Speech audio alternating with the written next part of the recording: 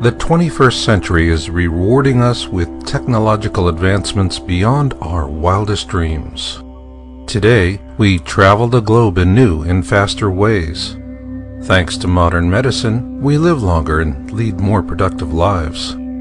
For the fortunate haves of the world, the 21st century is fabulous. For the have-nots of the world, it is still about despair. The despair of the have-nots does trouble those who have more. But then again, life is good in the 21st century and its benefits are many. We pursue our careers, shop in well-stocked and brightly lit malls, make lots of money out of thin air, go to college with the hope of repaying our student loans before we retire, enjoy life with our friends, or pretend to enjoy it alone, and take luxurious vacations to briefly escape the stress of our daily lives. So who needs the bad news that life as we know it will cease to exist? Besides, if that were really true, it would already be on television, right? Before the millennium, TV reporters and analysts talked about tsunamis, storms, flooding, earthquakes, and heat waves. These natural cataclysms have always been a fuzzy part of humanity's existence. Ergo, the explanation that they will always be a problem has always made sense. That was until Hurricane Katrina devastated New Orleans in 2005. Following that, our focus sharpened. Since Katrina, television news anchors and pundits have begun talking a lot more about mega tsunamis, storm surge, severe flooding, superquakes, and killer heat waves.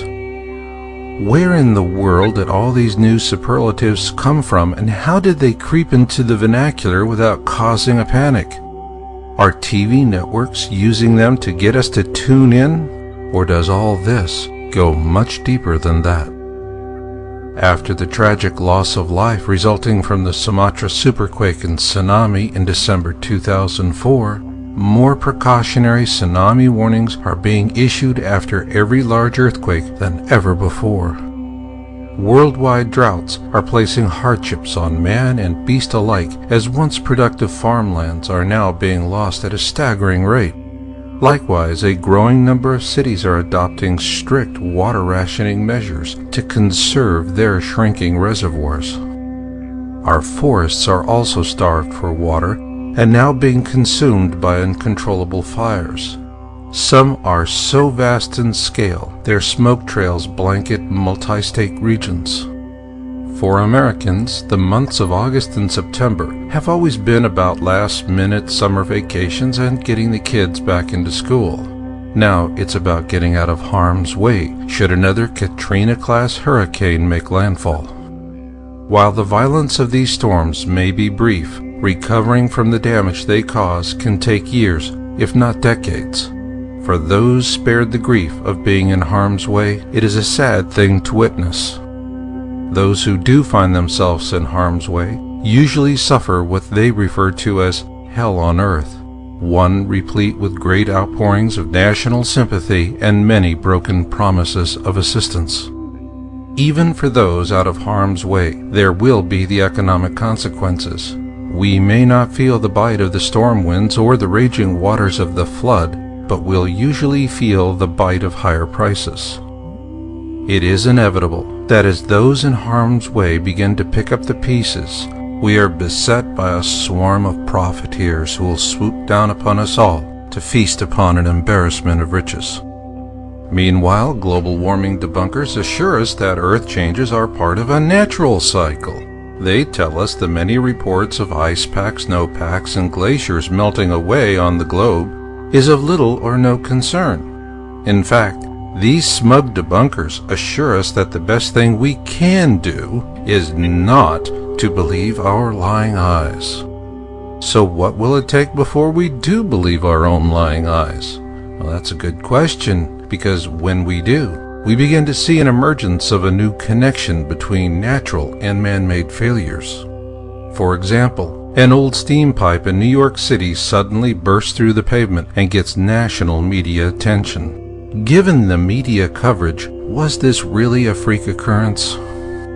Then the I-35 bridge in Minneapolis collapses with a tragic loss of life, a human event worthy of global attention. Although this bridge was known to be structurally weakened, the experts were still stumped. They simply could not explain such a sudden and catastrophic failure. Was this a freak occurrence as well? The truth is, much of America's infrastructure is in decline. A term that best describes it was coined in Russia several years ago. It's what they call painted rust, and we cannot keep on patching it forever. What that steam pipe New York and the bridge in Minneapolis had in common is that both were harbinger examples of painted rust failures. There will be more such failures of these old relics of painted rust infrastructure, because they are all being slowly pulled apart by low-level seismic activity. So what is causing this seismic activity? Our infrastructure is much like our own weakened biosphere. Both are failing partly due to our own fault, but mostly because our planet is being increasingly perturbed by something in space. It is a massive object called Planet X, and it is approaching the core of our system. It has caused ancient cataclysms, and by 2012, it will revisit some of those cataclysms upon us once again. Could this really be true? If you're willing to believe your lying eyes, there is scientific proof.